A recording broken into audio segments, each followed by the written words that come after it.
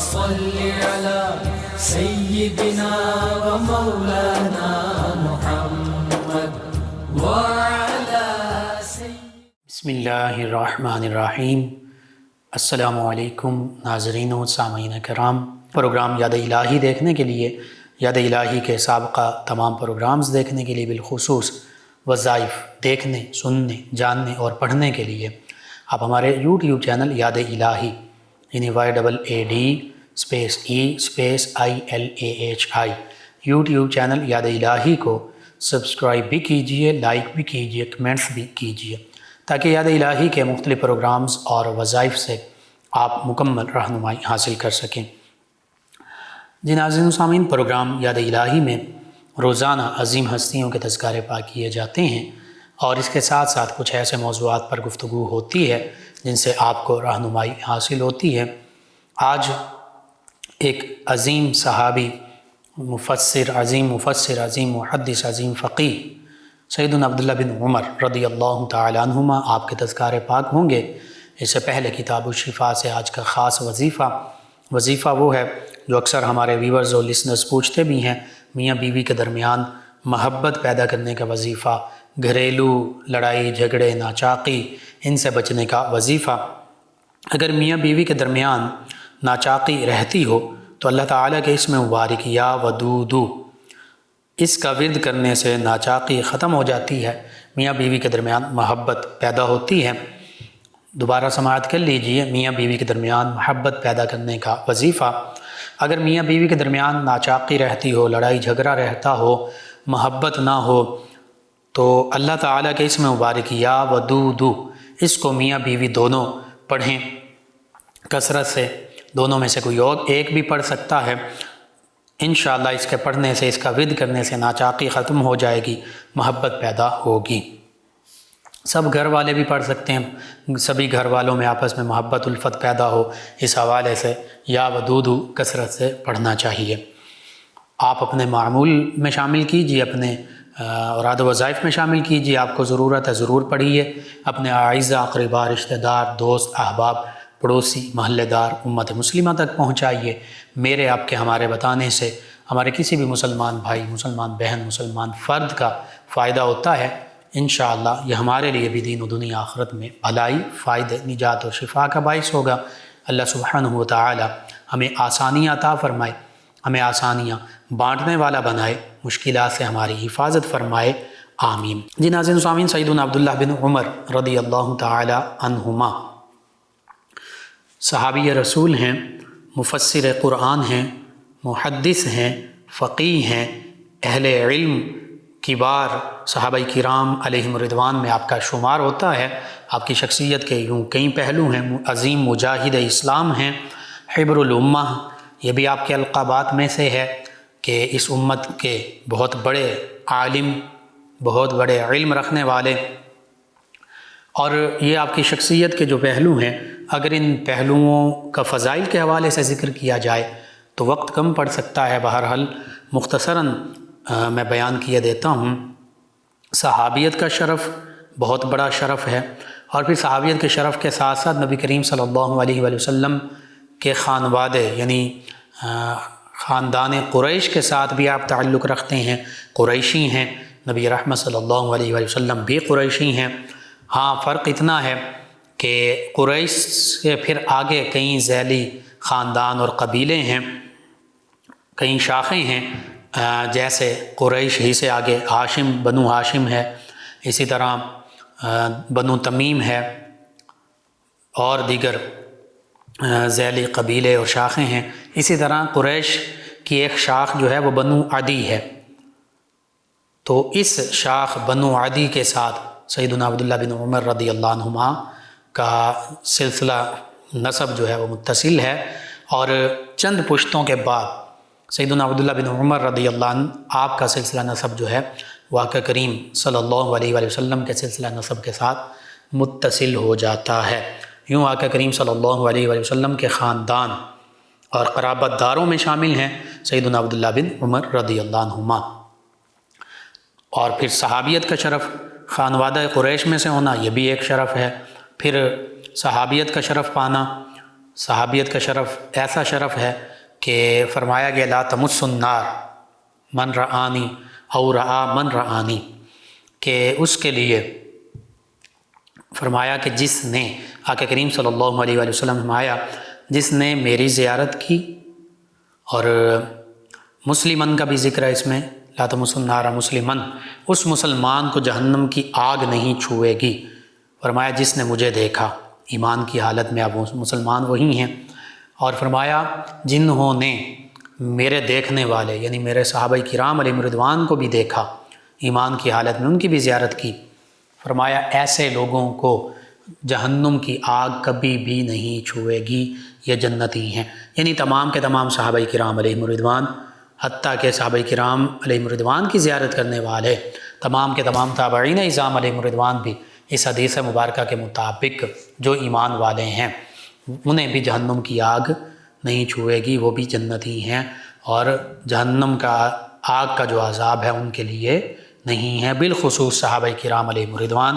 کہ ان ہستیوں کے بارے میں اللہ نے قرآن مجید فرقان حمید میں کئی مقامات پر کہیں فرمایا وَأَعَدَّ لَهُمْ جَنَّاتٍ تَجْرِي تَحْتَهَا الْأَنْهَارُ خَالِدِينَ فِيهَا أَبَدًا، کہ ان صحابہ کرام علیہم رضوان کے لیے، ان کی پیروی کرنے والوں کے لیے اللہ تعالیٰ نے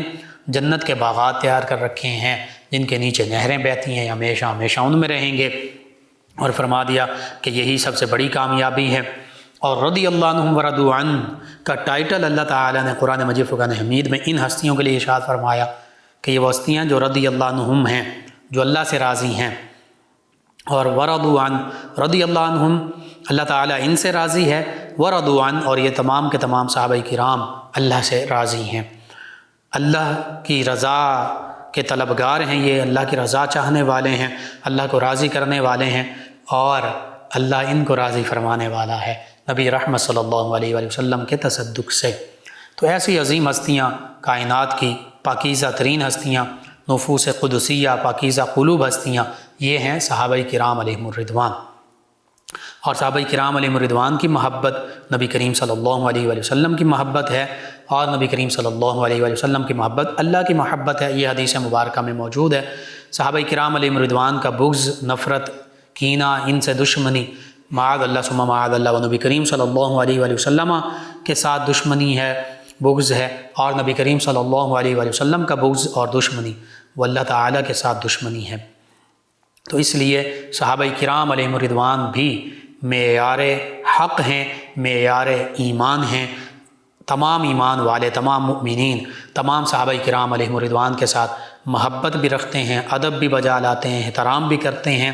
ہم ان تمام صحابہ کرام علیہم الرضوان کا ذکر محبت کے ساتھ کرتے ہیں، ادب و احترام کے ساتھ کرتے ہیں، ان کے فضائل، ان کی عظمتیں، رفعتیں اور شانیں بیان کرتے ہیں، چونکہ انہیں آقا کریم صلی اللہ علیہ وآلہ وسلم کے ساتھ نسبت ہے، اور انہوں نے پوری زندگی نبی کریم صلی اللہ علیہ وآلہ وسلم کی محبت میں، جانثاری میں گزاری، اس لیے ہم بھی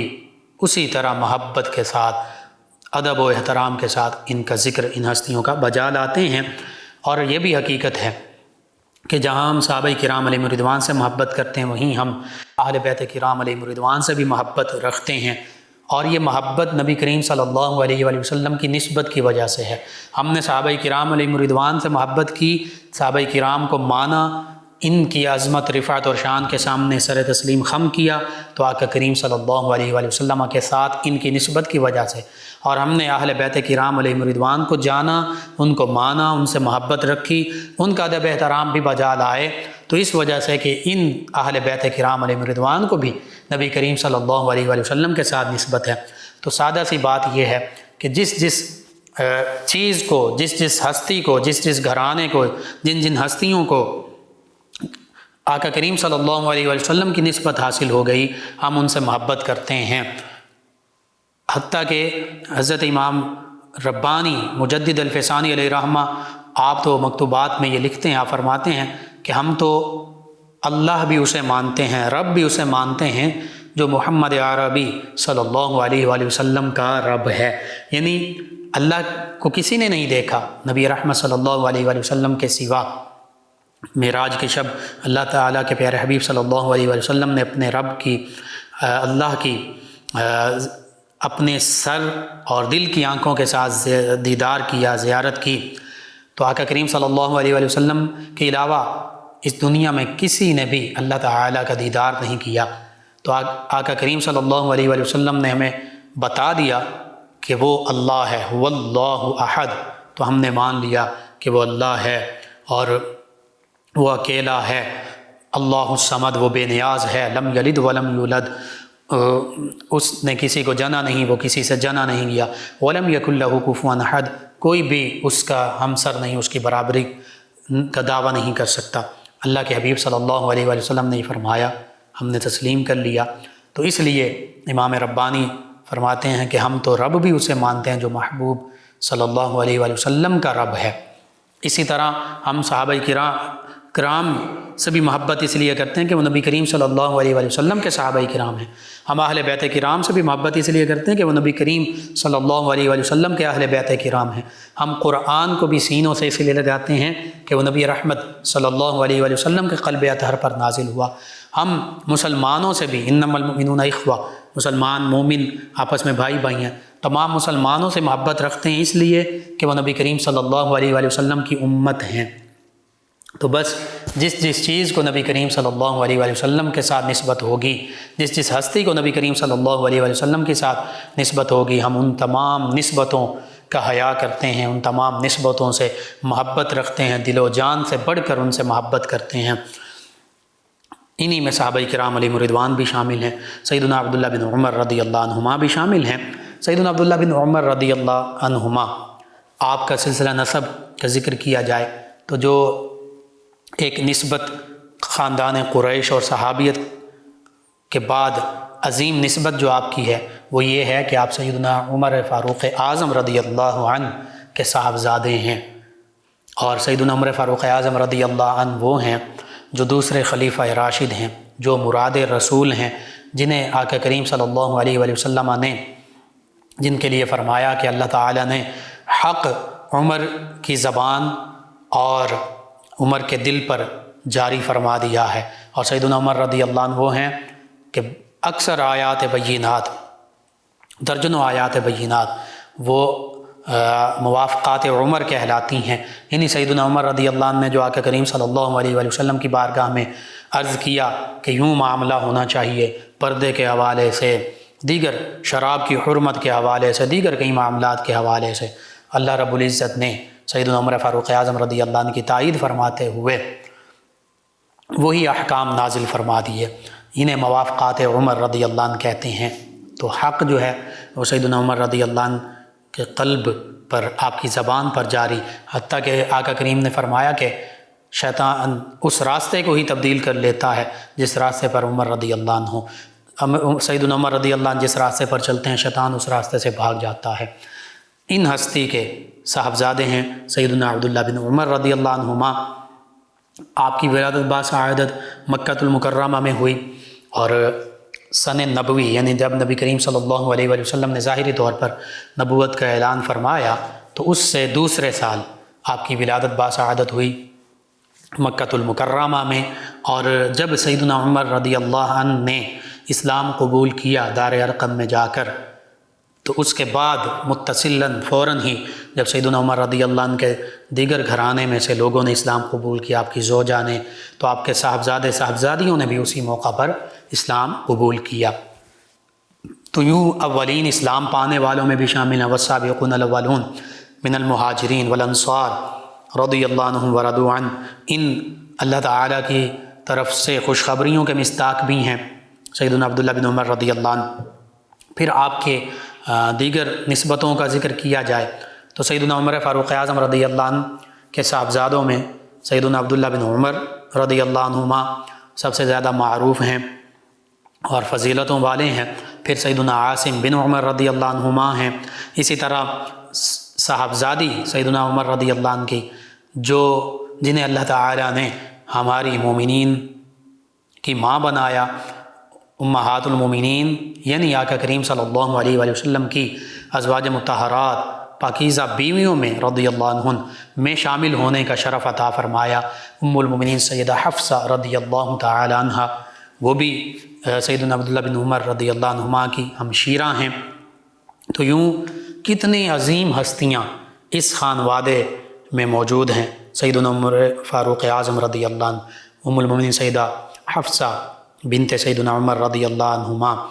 سیدنا عبداللہ بن عمر رضی اللہ عنہما خود، سیدنا عاصم بن عمر رضی اللہ عنہما، سیدنا عبید اللہ بن عمر رضی اللہ عنہما۔ تو یہ ایک خوبصورت مہکتا چمکتا دمکتا گلدستہ ہے کہ ہر پھول کی اپنی اپنی خوشبو ہے۔ ایک وہ ہستی ہیں جو ہماری ماں ہیں، ایک وہ ہستی ہیں جو ہمارے دوسرے خلیفہ راشد ہیں، ایک وہ ہستی ہیں جو ان کے صاحبزادے ہیں سیدنا عبداللہ بن عمر رضی اللہ عنہما۔ اور آقا کریم صلی اللہ علیہ وآلہ وسلم سے کیسی قربتیں ہیں کہ سیدنا عمر فاروق اعظم رضی اللہ عنہ آپ کے والد گرامی آقا کریم صلی اللہ علیہ وآلہ وسلم کے خسر ہیں، یعنی سسر ہیں، اور نبی کریم صلی اللہ علیہ وآلہ وسلم سیدنا عمر فاروق اعظم رضی اللہ عنہ کے داماد ہیں۔ تو یہ فضیلتیں، یہ قربتیں، یہ عظمتیں، یہ رفعتیں، یہ شانیں اس گھرانے کو یوں حاصل ہیں۔ سیدنا عبداللہ بن عمر رضی اللہ عنہما جیسا کہ میں نے بیان کیا کہ ابتدائی اسلام لانے والوں میں شامل ہیں، پھر مدینہ طیبہ میں کی طرف ہجرت کرنے والوں میں شامل ہیں، یعنی سیدنا عمر فاروق اعظم رضی اللہ عنہ کے سارے گھرانے نے مدینہ طیبہ کی طرف ہجرت کی، اور یہ ہجرت بھی بڑی عظیم تھی کہ جب سیدنا عمر فاروق اعظم رضی اللہ عنہ ہجرت فرمانے لگے، جب اسلام لائے تو اس موقع پر بھی یوں ہی فرمایا، ہجرت کے موقع پر بھی یوں ہی فرمایا، ننگی تلوار لے کر نکلے کعبۃ اللہ کی جانب، کفار مکہ کی جانب، اور فرمایا کہ جو اپنی بیویوں کو بیوہ کروانا چاہتا ہے میرے سامنے آئے، جو اپنی اولاد کو یتیم کروانا چاہتا ہے وہ میرے سامنے آئے۔ اسلام لانے کے موقع پر بھی یوں ہی فرمایا، اور جب ہجرت مدینہ طیبہ کا واقعہ پیش آیا، موقع پیش آیا، تو اس موقع پر بھی یوں ہی فرمایا، اور یوں علل اعلان اپنے اسلام کا بھی اظہار فرمایا تھا اور ہجرت مدینہ طیبہ کا بھی اظہار فرمایا، اور کہا کہ میں مدینہ طیبہ جانے لگا ہوں، یہ میرا خاندان جانے لگا ہے، تم میں سے جس میں ہمت ہے آ کر مجھے روک لے اور اپنے بچوں کو یتیم کروا لے، اپنی بیویوں کو بیوہ کروا لے۔ کسی کی جرت نہیں ہوئی کفار میں سے کہ وہ سیدنا عمر فاروق اعظم رضی اللہ عنہ کا سامنا کر سکے۔ ایسے نڈر تھے، ایسے دلیر تھے، ایسے بے باک تھے، جو شجاعت اور شجاعت اور بہادری کے ایسے جرت کے پیکر تھے۔ اسی لیے اللہ رب العزت نے سیدنا عمر فاروق اعظم رضی اللہ عنہ کے اسلام لانے پر یہ آیت مبارکہ نازل فرمائی تھی، یا ایھا النبی حسبک اللہ ومن اتبعک من المؤمنین، کہ اے نبی صلی اللہ علیہ وسلم، اے غیب کی خبریں دینے والے، آپ کے لیے اللہ بھی کافی ہے، اور اللہ کے ساتھ ساتھ اللہ تعالیٰ کی تائید و نصرت کے ساتھ، اللہ کے اذن اور عطا کے ساتھ ایمان والے بھی جو آپ کی اتباع کرنے والے ہیں وہ بھی آپ کے لیے کافی ہیں۔ اور بالخصوص یہ آیت مبارکہ سیدنا عمر فاروق اعظم رضی اللہ عنہ کی شان بیان فرما رہی ہے کہ آپ نے عرض کر دیا تھا کہ اب ہم علل اعلان اپنے ایمان کا بھی اعلان کریں گے، کعبۃ اللہ میں عبادت بھی کریں گے، اور علل اعلان اسلام کا پیغام بھی لوگوں تک پہنچائیں گے۔ یہ سیدنا عمر فاروق اعظم رضی اللہ عنہ کی شان میں نازل ہوئی۔ ان ہستی کے صاحبزادے ہیں سیدنا عبداللہ بن عمر رضی اللہ عنہما۔ بہرحال سیدنا عبداللہ بن عمر رضی اللہ عنہما آپ نے بھی ہجرت کی مکہ المکرمہ سے مدینہ طیبہ کی جانب، اور جب ہجرت کی تقریباً 10 سے 11 برس آپ کی عمر مبارکہ تھی۔ پھر جب غزوہ بدر پیش آتا ہے تو آپ کی عمر مبارکہ تقریباً 12 برس ہوتی ہے۔ غزوہ بدر میں شمولیت کے لیے درخواست کرتے ہیں آقا کریم صلی اللہ علیہ وآلہ وسلم کی بارگاہ میں سیدنا عبداللہ بن عمر کہ مجھے بھی غزوہ بدر میں شامل ہونے کا موقع عنایت کیا جائے۔ تو آقا کریم صلی اللہ علیہ وآلہ وسلم کا ایک خوبصورت ایک اصول تھا کہ 15 سال سے کم عمر، چونکہ عام طور پہ 15 سال کی عمر میں بچہ جو ہے وہ بالغ ہو جاتا ہے، نوجوان ہو جاتا ہے، تو نابالغ کو، کم عمر کو جہاد میں شامل نہیں فرماتے تھے۔ جو بالغ ہوتا، کیونکہ بلوغت پر ہی نماز بھی فرض ہوتی ہے، دیگر احکام بھی اسلام کے فرض ہوتے ہیں، تو یہ اس اصول کے مطابق آپ کو اجازت نہ ملی۔ پھر غزوہ احد، اس حوالے سے اختلاف ہے، لیکن راجح قول یہی ہے کہ غزوہ احد میں بھی آپ کی عمر مبارکہ زیادہ سے زیادہ 14 یا 13 برس تھی، تو اس میں بھی اجازت نہیں ملی۔ ہاں، جب غزوہ خندق پیش آیا تو 5 ہجری میں، اس موقع پر آپ کی عمر مبارکہ تقریباً 15 برس تھی، یا 15 برس سے کچھ زائد، تو اب آپ بلوغت کی عمر کو پہنچ چکے تھے، تو نبی رحمت صلی اللہ علیہ وآلہ وسلم نے غزوہ خندق میں، جسے غزوہ احزاب بھی کہتے ہیں، اس میں سیدنا عبداللہ بن عمر رضی اللہ عنہما آپ کو اجازت دی کہ آپ غزوہ خندق میں شامل ہو سکتے ہیں بطور مجاہد اسلام۔ اس سے یہ دیکھیے کہ صحابہ کرام علیہم رضوان جن کی عمریں 15 برس سے زیادہ تھیں، وہ تو لڑتے ہی تھے اسلام کی خاطر، جذبہ جہاد کے پیکر بن کر، شوق شہادت سامنے رکھ کر، اللہ کے حبیب صلی اللہ علیہ وآلہ وسلم کے حکم کی تعمیل میں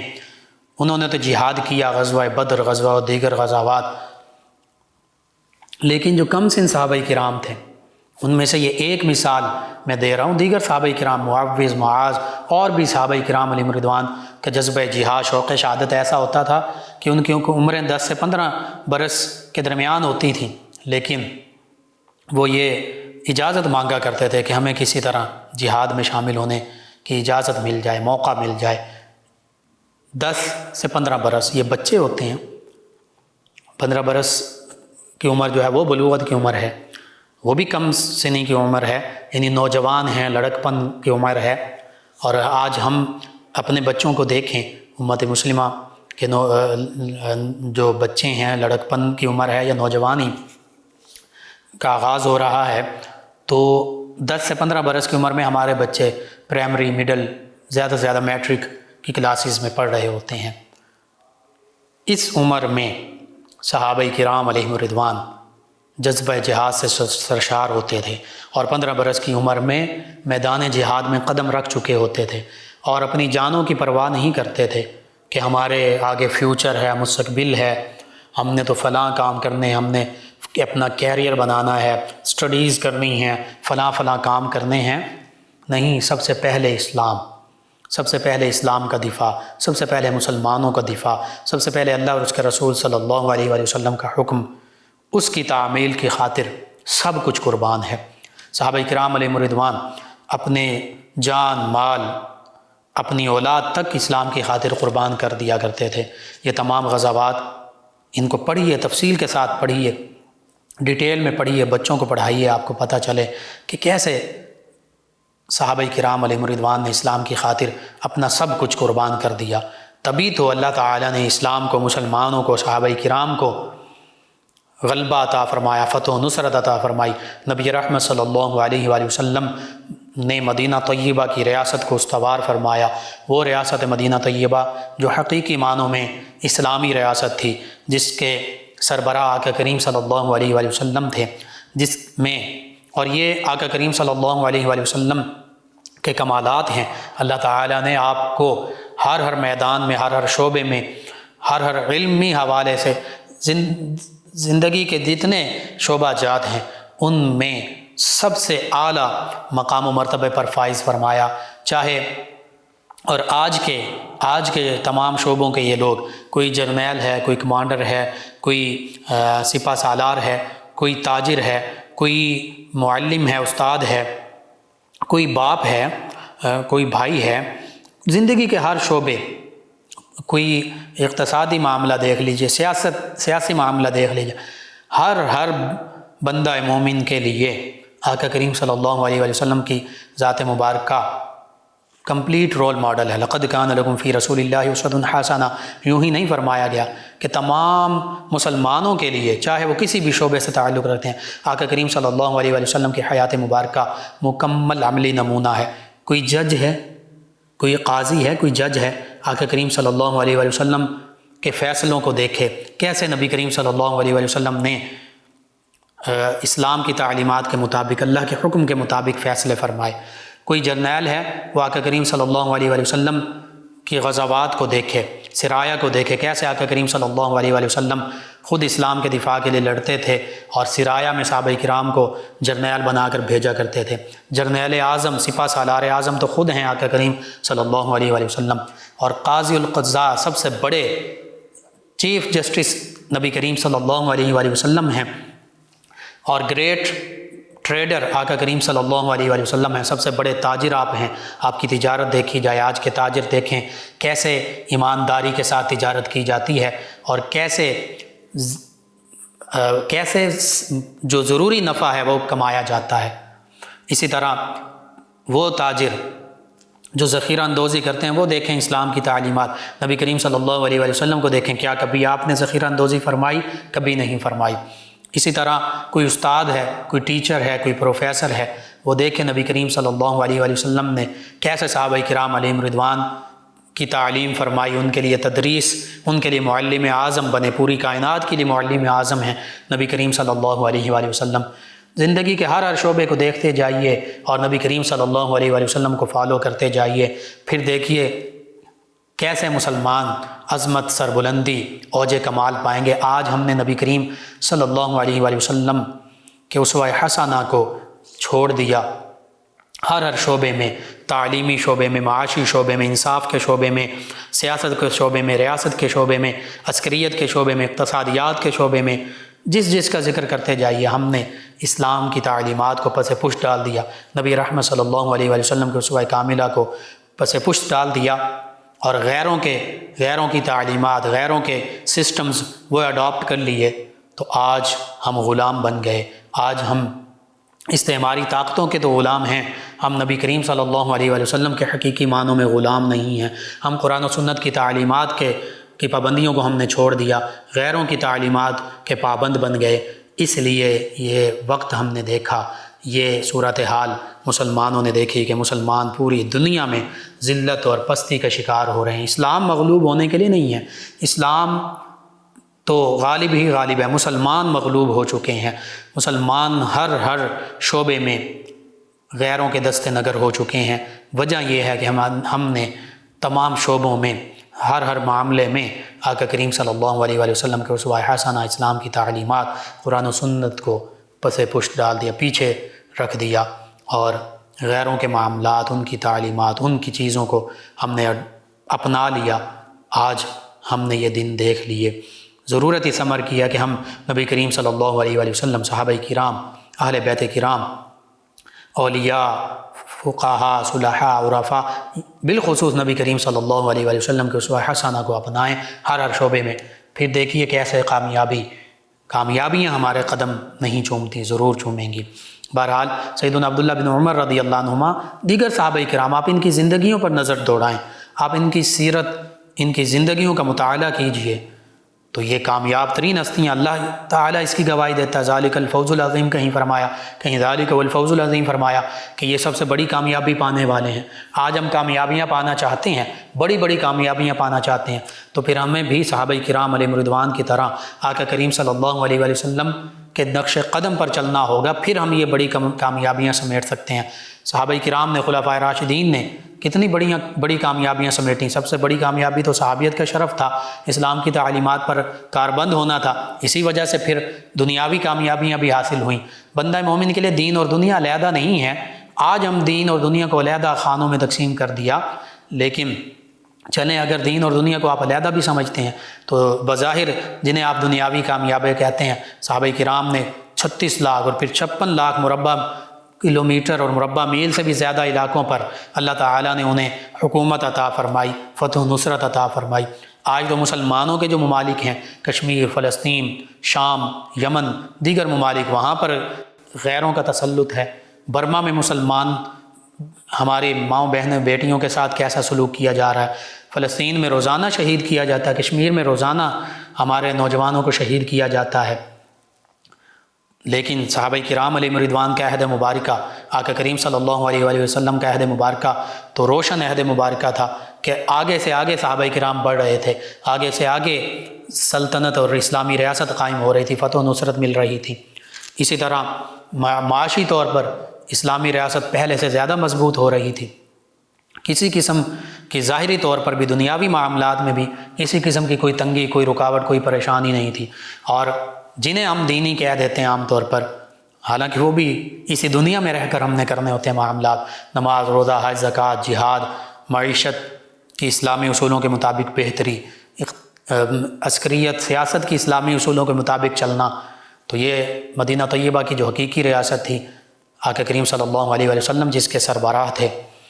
اس میں پنپ رہی تھی یہ معاملات۔ پھر خلفائے راشدین، پھر بنو امیہ کی جو خلافت کا زمانہ ہے، اگرچہ اس میں چند جو ہیں وہ ظالم حکمران بھی آئے، لیکن مجموعی طور پر وہ بھی ریاست کے پھیلنے کا زمانہ ہے، علم کی اشاعت کا زمانہ ہے۔ اسی طرح بنو عباس، اس میں بھی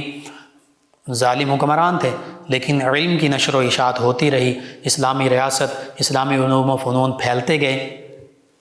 تو کچھ چیزیں ناگوار بھی ہیں، لیکن کچھ بہترین چیزیں بھی تھیں۔ لیکن جیسے جیسے اسلام سے دور ہوتے گئے، چاہے بنو امیہ کے حکمران، چاہے بنو عباس کے حکمران، جو اسلام سے جتنا زیادہ دور تھا وہ اتنا زیادہ اس کے دور میں بدحالی ہر حوالے سے آتی رہی، وہ بے برکتی آتی رہی اسلام کی تعلیمات سے دور ہونے کی بنا پر۔ تو آج بھی یہی حال ہے، ہم اسلام سے کوسوں دور ہو چکے ہیں، بحیثیت ایک مسلمان، بحیثیت مسلمان خاندان، بحیثیت مسلمان حکمران، بحیثیت مسلمان امت، ہر حوالے سے۔ سیدنا عبداللہ بن عمر رضی اللہ عنہما، آپ کی زندگی کا جب ہم مطالعہ کرتے ہیں دیگر صحابہ کرام کا، آپ نے غزوات میں حصہ لیا، تمام صحابہ کرام نے حصہ لیا، غزوہ احزاب میں، غزوہ خندق جسے کہتے ہیں، فتح مکہ، غزوہ حنین، غزوہ خیبر، تمام غزوات میں حصہ لیتے رہے تمام صحابہ کرام۔ اللہ تعالیٰ نے سربلندیاں عطا فرمائی۔ فتح مکہ اس دور میں کوئی سوچ بھی نہیں سکتا تھا، مکہ کے کفار وہ بھی نہیں سوچ سکتے تھے کہ مسلمان کوئی ایسا دن آئے گا کہ مسلمان مکہ کے فاتح بن جائیں گے۔ اللہ تعالیٰ نے وہ فتح عطا فرمائی۔ پھر دو بڑی طاقتیں، رومن امپائر، پرشین امپائر، اللہ تعالیٰ نے ان کو سرنگوں کر دیا، اسلام کو فتح عطا فرمائی۔ سیدنا عبداللہ بن عمر رضی اللہ عنہما، آپ کے بارے میں صحابہ کرام اور تابعین اعظام بالخصوص فرمایا کرتے تھے کہ دنیا آئی، یعنی ظاہری فتوحات جب ہوئیں تو مال و دولت، مال غنیمت بھی ملا، دراہم و دینار، سونا چاندی سب کچھ ملا، لیکن صحابہ کرام تابعین اعظام یہ فرمایا کرتے تھے، کہا کرتے تھے کہ بعض لوگ دنیا پر مائل ہوئے، بعض لوگوں پر دنیا مائل ہوئی، اور وہ دنیا اس طرح نہیں تھی کہ وہ حرام ذرائع سے ہو، وہ حلال جائز ذرائع سے تھی۔ لیکن سیدنا عبداللہ بن عمر رضی اللہ عنہما، آپ کے حوالے سے وہ کہتے تھے کہ انہوں نے دنیا کو، نہ یہ دنیا پر مائل ہوئے نہ دنیا ان پر مائل ہوئی۔ آپ کے پاس 20 ہزار دراہم و دینار آتے، اور چونکہ کبار صحابہ کرام میں تھے، آپ کو اسکالرشپ بھی ملتا رہا خلفائے راشدین کے عہد مبارکہ میں، لیکن آپ اسے جمع نہ کرتے، وہ سونے چاندی کے سکے، دراہم و دینار اللہ کے راستے میں خرچ کر دیا کرتے، جو مستحقین ہوتے، یتیم، بیوائیں، ضرورت مند، معذور، مجبور، ان میں تقسیم کر دیا کرتے۔ کیا آج ہمارے ہاں ایسا معاملہ ہے؟ ہم تو آج کہتے ہیں کہ ہمارے پاس حل میں مزید اور سے اور آتا جائے، ہماری تجوریاں بڑھتی جائیں، ہم ڈالر جو ہیں وہ اکٹھے کرتے جائیں، چاہے امت مسلمہ یا پاکستان کے مسلمان وہ معاشی بدحالی کا شکار ہوتے ہیں تو ہوتے رہیں، لیکن ہر فرد آج بس اپنے مفادات کے پیچھے پڑا ہوا ہے۔ یہ اسلام نہیں ہے، یہ اسلام کی تعلیمات نہیں ہیں۔ صحابہ کرام علیہم رضوان تو دوسروں کا خیال رکھا کرتے تھے، اہل بیت کرام دوسروں کا خیال رکھا کرتے تھے، اور وہ تو ایثار کیا کرتے تھے، اپنی ضرورت ہونے کے باوجود دوسروں پر خرچ کر دیا کرتے تھے۔ سیدنا عبداللہ بن عمر رضی اللہ عنہ قرآن کے بہت بڑے عالم، حدیث کے عالم، سیدنا ابو ہریرہ رضی اللہ عنہ کے بعد سب سے بڑے آپ حدیث روایت کرنے والے ہیں، تقریباً 2630 احادیث مبارکہ کم و بیش آپ نے روایت کی ہیں۔ اسی طرح بہت بڑے فقیہ ہیں آپ، اکثر چونکہ نبی کریم صلی اللہ علیہ وسلم کے ساتھ سفر اور حضر میں رہے، نبی کریم صلی اللہ علیہ وسلم کے اسوہ حسنہ کی کیسے پیروی کرتے تھے، جہاں جہاں آقا کریم صلی اللہ علیہ وسلم نوافل پڑھتے، مسجد قباء میں، دیگر مساجد میں، آپ بھی وہیں نوافل پڑھا کرتے۔ جیسے نبی کریم صلی اللہ علیہ وسلم نے عمرہ اور حج ادا کیا، آپ بھی ویسے ہی عمرہ اور حج ادا کیا کرتے تھے۔ اسی طرح ایک موقع پر آقا کریم صلی اللہ علیہ وسلم مکۃ المکرمہ جاتے ہوئے ایک مقام پر درخت تھا تو سر نیچے کرتے ہوئے گزرے، تو کافی عرصے بعد آپ وہاں سے گزرے، وہ درخت کاٹ دیا گیا، وہاں موجود نہیں تھا، لیکن جب اس جگہ سے گزرے تو آپ نے اپنا سر نیچے کر کے گزرے۔ باقی لوگوں نے پوچھا کہ آپ نے اپنا سر نیچے کیوں کیا؟ تو آپ نے فرمایا کہ یہاں پر درخت نہیں ہے اب، لیکن ایک دور تھا یہاں درخت ہوتا تھا، آقا کریم صلی اللہ علیہ وسلم اس درخت کی وجہ سے نیچے سر کر کے گزرے تھے، میں نے تو آقا کریم صلی اللہ علیہ وسلم کے اس عمل کی پیروی کی ہے، اس لیے میں اس جگہ سے سر نیچے کر کے گزر رہا ہوں۔ اور یہ صرف یہ ایک نہیں، عبادات، معاملات، اخلاقیات، ہر معاملے میں سیدنا عبداللہ بن عمر رضی اللہ عنہما نبی کریم صلی اللہ علیہ وسلم کے معمول مبارکہ کی فرائض، واجبات، سنن، نوافل، مستحبات ہر معاملے میں پیروی کیا کرتے تھے۔ پھر سیدنا عبداللہ بن عمر رضی اللہ عنہ حق اور جرت کا کیسے پیکر تھے، چاروں خلفائے راشدین کے دست مبارکہ پر بیعت ہوئے، ان کے عہد مبارکہ میں مختلف جنگوں میں، مہمات میں شامل رہے، اور سیدنا عمر رضی اللہ عنہ جب آپ کا وصال ہونے لگا، شہادت کے آپ کی ہوئی، تو اپنے بیٹے کو آپ نے منتخب نہیں فرمایا، خلافت کے لیے نامزد بھی نہیں کیا۔ ہاں، خلافت کے لیے جن 6 لوگوں کو نامزد کیا، جن کے نام دیے،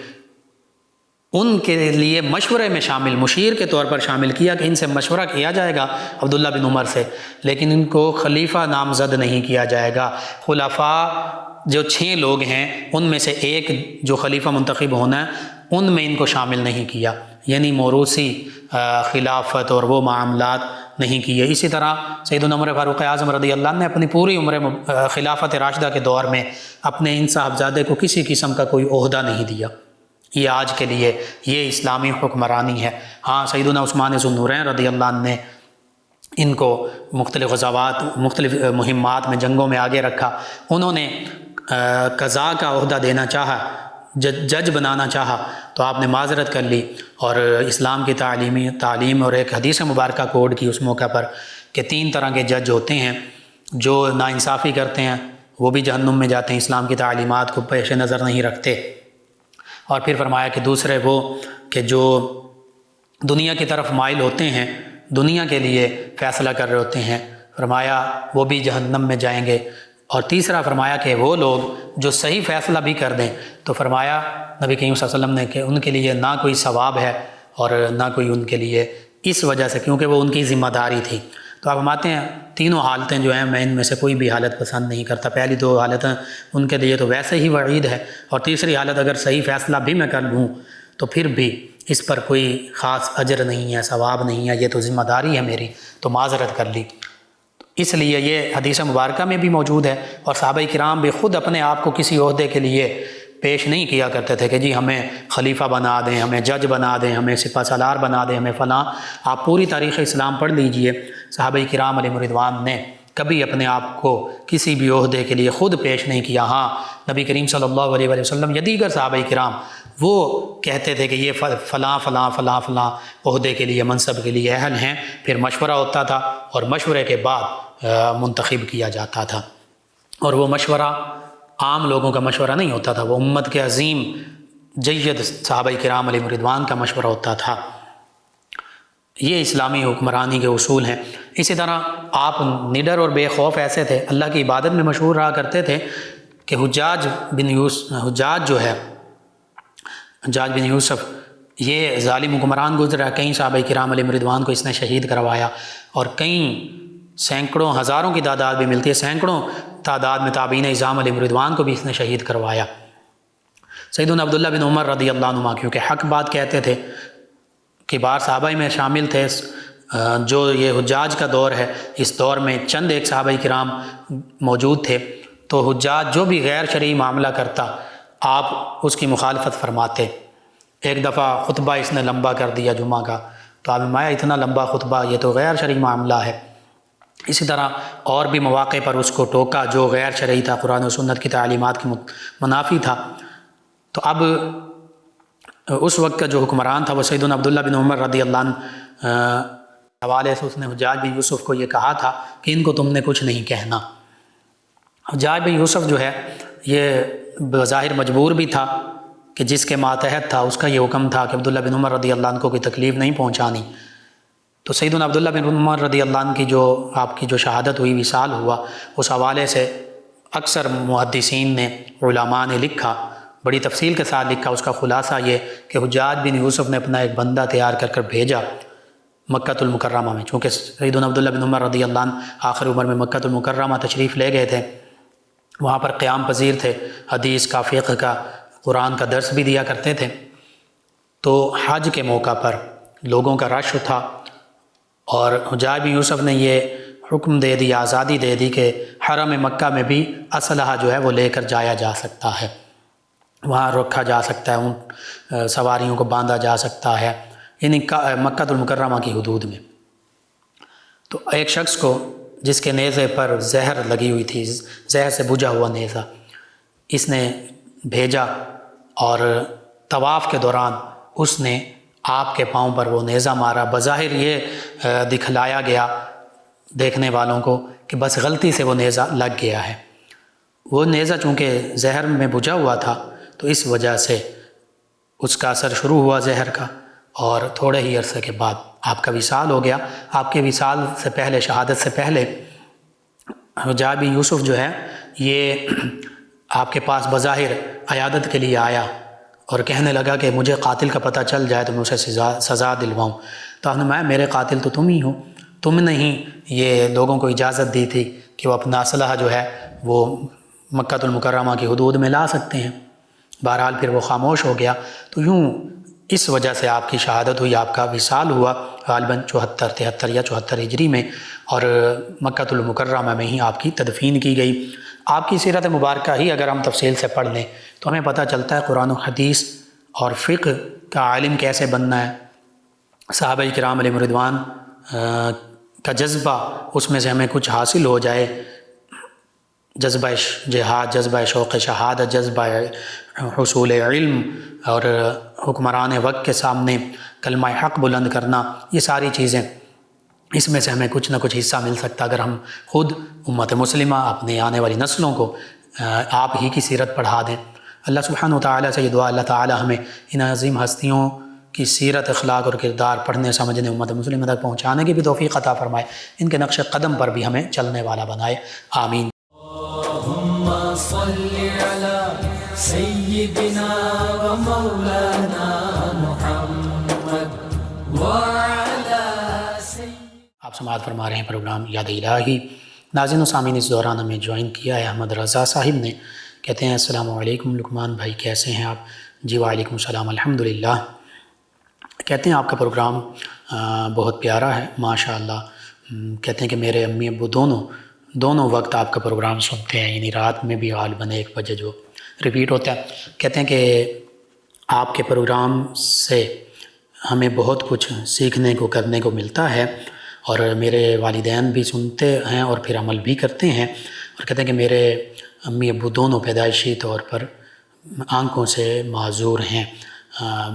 پھر بھی ماشاءاللہ وہ حافظ قرآن ہے۔ ماشاءاللہ بہت اچھی بات ہے جی،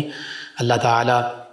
انہیں بھی اجر عطا فرمائے، آپ کو بھی اجر عطا فرمائے کہ آپ سنتے بھی ہیں، آپ کے والدین بھی، اور اس پر عمل کی بھی کوشش کرتے ہیں۔ میرے لیے بھی دعا کر دیجئے۔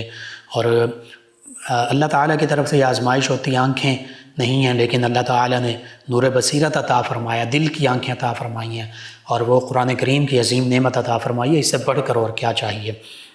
آپ کا شکریہ، آپ نے ہمیں جوائن کیا۔ ان کے علاوہ ہمیں جوائن کیا ایک اور لسنر ہے، نام نہیں لکھا، کہتے ہیں السلام علیکم۔ جی وعلیکم السلام۔ کہا کہ رزق میں فراخی ہو جائے، اس کے لیے وظیفہ، ایک تو باوضو رہیں، نماز اور تلاوت کی پابندی، اور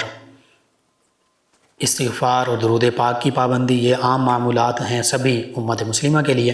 بالخصوص یا رزاقو، یا رزاقو، اس کو کثرت سے پڑھیں، اور اس کے ساتھ یا مسبب الاسباب بھی پڑھ سکتے ہیں، اللہ تعالیٰ رزق میں فراخی عطا فرمائے گا۔ یا فتاحو، یا فتاحو، یہ بھی پڑھ سکتے ہیں، ہر قسم کی کامیابی کے دروازے کھلیں گے۔ 208 چک ڈوگرہ والا سے ہمارے ریگولر لسنرز ہیں، کہتے ہیں السلام علیکم۔ جی وعلیکم السلام۔ افتخار ڈوگر صاحب، غلام رسول صاحب، غلام حسین صاحب، محمد علی عباس صاحب، کہتے ہیں آپ کا پروگرام سن رہے ہیں، جی شکریہ آپ کا بھی۔ تمام ویورز لسنرز کا عبداللہ صاحب ہیں، کہتے ہیں خواب میں طوطے قید کیے اور ساتھ چھوٹی چھوٹی چڑیاں بھی ہیں، اس کی تعبیر بتا دیں۔ جی پرندوں کو ویسے دیکھنا بہتر ہے، لیکن ان کا قید کرنا یہ بہرحال عام حالات میں بھی بہتر نہیں ہے، تو اس حوالے سے انشاءاللہ اللہ تعالیٰ بہتری فرمائے گا، گھبرانے کی ضرورت نہیں ہے، بہتر ہوگا۔ آپ صدقہ خیرات کیجیے، اللہ کے راستے میں اپنے بساط کے مطابق کچھ نہ کچھ خرچ کیجیے،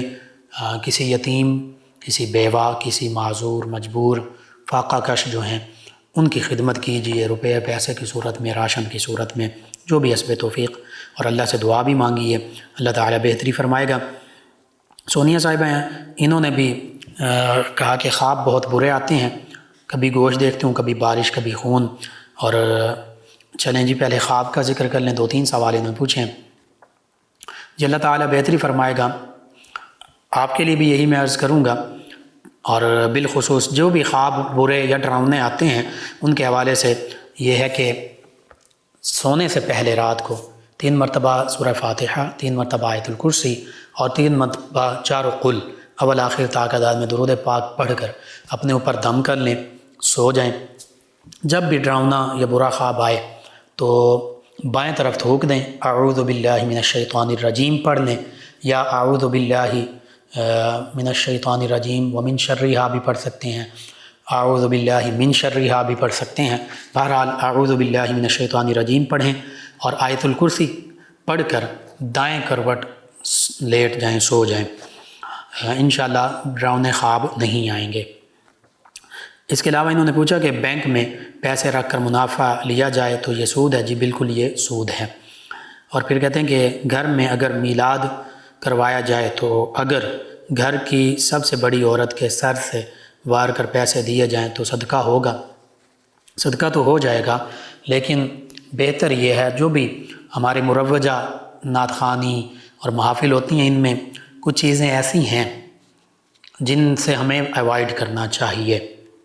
ادب کے بھی خلاف ہیں. کہ قرآن کریم کی تلاوت ہو رہی ہے، آقا کریم صلی اللہ علیہ وسلم کی ثنا خوانی ہو رہی ہے